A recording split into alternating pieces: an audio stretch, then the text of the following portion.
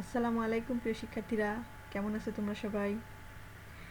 আজকে আমি চলে এসেছি নতুন আরেকটা ক্লাস নিয়ে। আমাদের আজকের ক্লাসের বিষয় হচ্ছে ইংলিশ পার্ট টুডে, ক্লাস 4-এর ইউনিট 5-এর 5.2 এই পার্ট।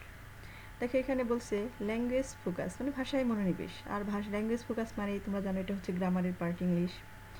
এখানে বলছে use of can or could for request, মানে অনুরোধ করার জন্য ক্যান এবং কুডের ব্যবহার। বলছে কি দেখো, ইন দ্য কনভারসেশন, কথোপকথনে Alia used different language expressions to make request to her mother.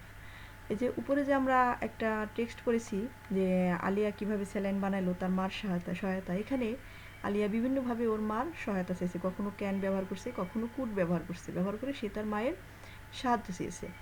হ্যাঁ, সেটা এখানে বলা হয়েছে। দেখো এখানে বলছে can you help me make the oral saline, তুমি কি আমাকে খাবার স্যালাইন প্রস্তুতে সাহায্য করতে পারবে? আবার কখনো বলছে could you help me get the water and the jug please, তুমি কি আমাকে পানি এবং জগ দিতে সাহায্য করতে পারবে? দেখছো, এরকম কখনো ক্যান কখনো কুড ব্যবহার করে সে তার মার কাছে হেল্প চাইছে।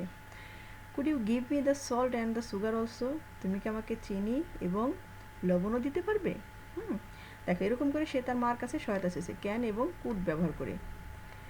তারপর কি বলছে দেখো, when we make request to someone for something we use can could, যখন আমরা কাউকে মানে কোনো কিছুর জন্য মানে অনুরোধ করি তখন আমরা কি ক্যান বা কুড ব্যবহার করি। ইউজুয়ালি সাধারণত we use can for known person, আমরা সাধারণত যাদেরকে চিনি তাদের সাথে কথা বলতে বা তাদের সাথে কোনো অনুরোধ করতে আমরা ক্যান ব্যবহার করি। And could for unknown person, এবং অপরিচিত ব্যক্তির সাথে কথা বলতে বা তাকে কোনো অনুরোধ করতে আমরা কুড ব্যবহার করি। দেখি এক্সাম্পল দিছি এখানে, can I borrow your pen, আমি কি তোমার কলমটা ধার নিতে পারি? তারপর বলছে can you open the window please, তুমি কি জানালাটা খুলতে পারবে অনুগ্রহ করে বা দয়া করে? তারপর বলছে could you give me some paper please, তুমি কি আমাকে কিছু পেপার দিতে পারবে?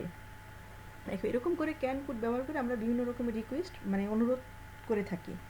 হ্যাঁ, তো জেনারেলি বলতে গেলে সাধারণত আমরা ক্যানটা ব্যবহার করি পরিচিত ব্যক্তিদের ক্ষেত্রে এবং যাদের সাথে আমাদের খুব ভালো সম্পর্ক, ঘনিষ্ঠ সম্পর্ক।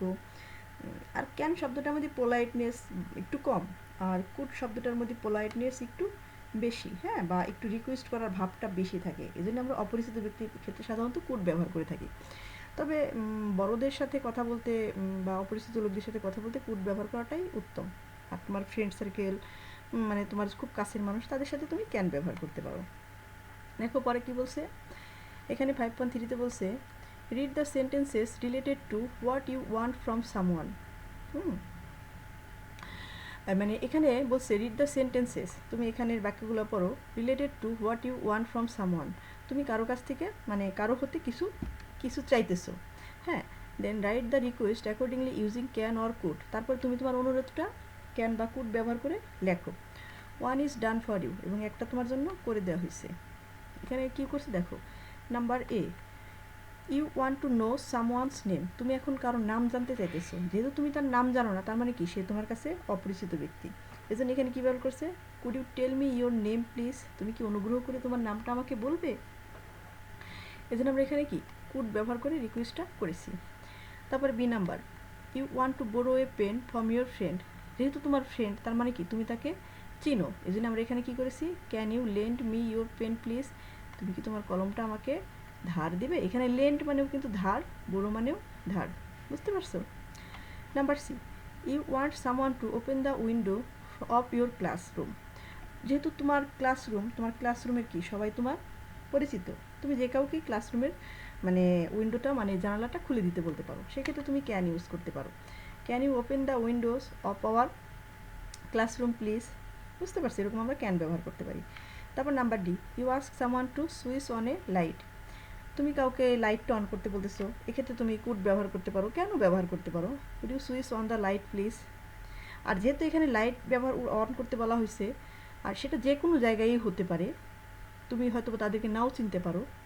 মনে করো একটা অপরিচিত জায়গায় গেছো, তুমি কোনো কাজে গেছো, তোমার একটু লাইটের আলো দরকার, তুমি সেক্ষেত্রে বলতেই পারো যে কেউ কি লাইটটা একটু জ্বালিয়ে দেবে। এই জন্য আমরা এখানে সাধারণত কোড ব্যবহার করাটাই শ্রেয়, যেহেতু তোমার পরিচিত কোনো জায়গার নাম এখানে বলা হয় না বা জায়গা দেওয়া হয়নি। আগেরটাই যেমন ক্লাসরুম দেওয়া হয়েছিল, কারণ তুমি তোমার ক্লাসরুমের কি সবাইকে চিনো, আর এটা তোমার অপরিচিত জায়গা হতে পারে। কি বলছে, you ask your mother to get some water. তুমি তোমার মার কাছে কিছু পানি চাইবে। এখন বলতেছে, মা can you get me some water please, তুমি কি আমাকে একটু পানি দিতে পারবে কিছু। দেখো এখানে মা হচ্ছে কি পরিচিত এবং খুব কাছের মানুষ, এখানে তুমি তার সাথে ক্যান ব্যবহার করতেই পারো। তারপরে unit permission from your teacher to go to the washroom, মানে ওয়াশরুমে যাওয়ার জন্য তোমার টিচারের পারমিশন দরকার, তোমার শিক্ষকের পারমিশন দরকার।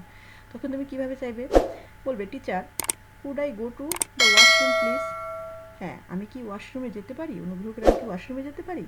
এখানে আমরা কুড কেন ব্যবহার করছি, শিক্ষক কি, শিক্ষক হচ্ছে সম্মানীয় ব্যক্তি। আমি বলেছিলাম না যে রিকোয়েস্ট করার ক্ষেত্রে কুডটা হচ্ছে খুব পোলাইট, মানে বেশি জেন্টেল ক্যানের চাইতে, এজন্য আমরা বড়দের সাথে কথা বলতে কুড ব্যবহার করব, এজন্য এখানে কুড দেওয়া হয়েছে।